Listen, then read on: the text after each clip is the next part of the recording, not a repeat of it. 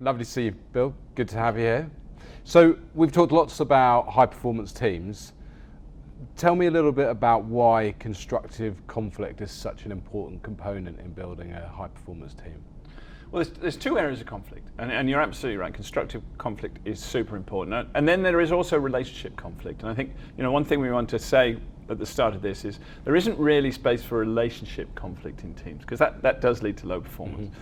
But as far as constructive conflict, what we're talking there is around diversity of ideas, diversity of opinions, what sometimes we call creative abrasion.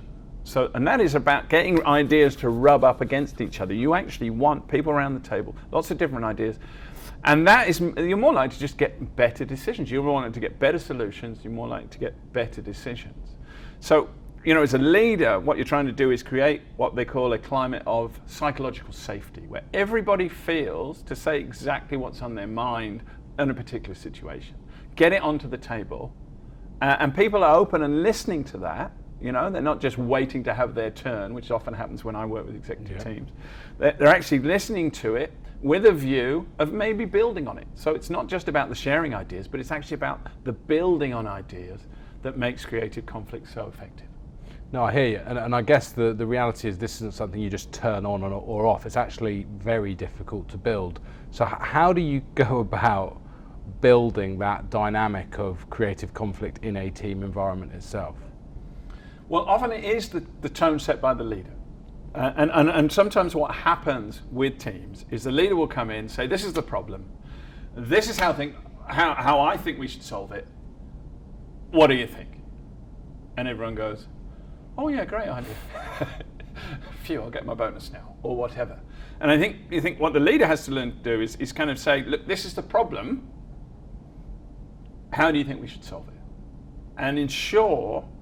In fact, Google did some research on this, and they found there were two things really important that need to happen in the room.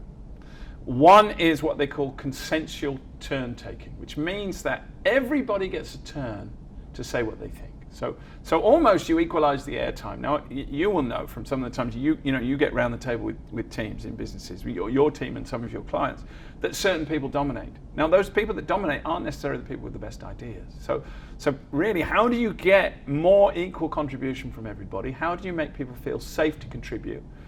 And even safe to make mistakes, because you want people to be kind of throwing in some wacky ideas sometimes, because that might be the one, or someone uses that to build something that is great. So firstly, creating an environment where you can have consensual turn taking.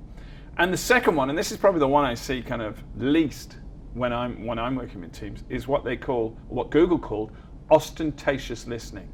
And that means really, really listening. And I'm listening because I want to hear you, and maybe I can build on your point. Mm-hmm. Not, I'm listening, yeah, all right, you've said your piece, okay, you've had your turn, all right, you've had your turn, oh, phew, it's my turn, and now I'll come up with my great idea. But I couldn't recall what actually you said, I just know you've had your turn. Yeah. And I think there's a big difference.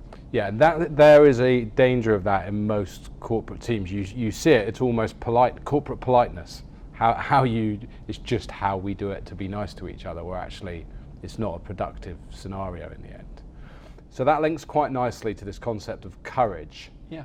So courage in a corporate environment, what does that mean to you? Well, I mean, essentially, courage means doing the right thing. But what is the right thing? So there is the kind of doing the right thing from a legal perspective, or doing the right thing, calling out bad behavior, mm-hmm.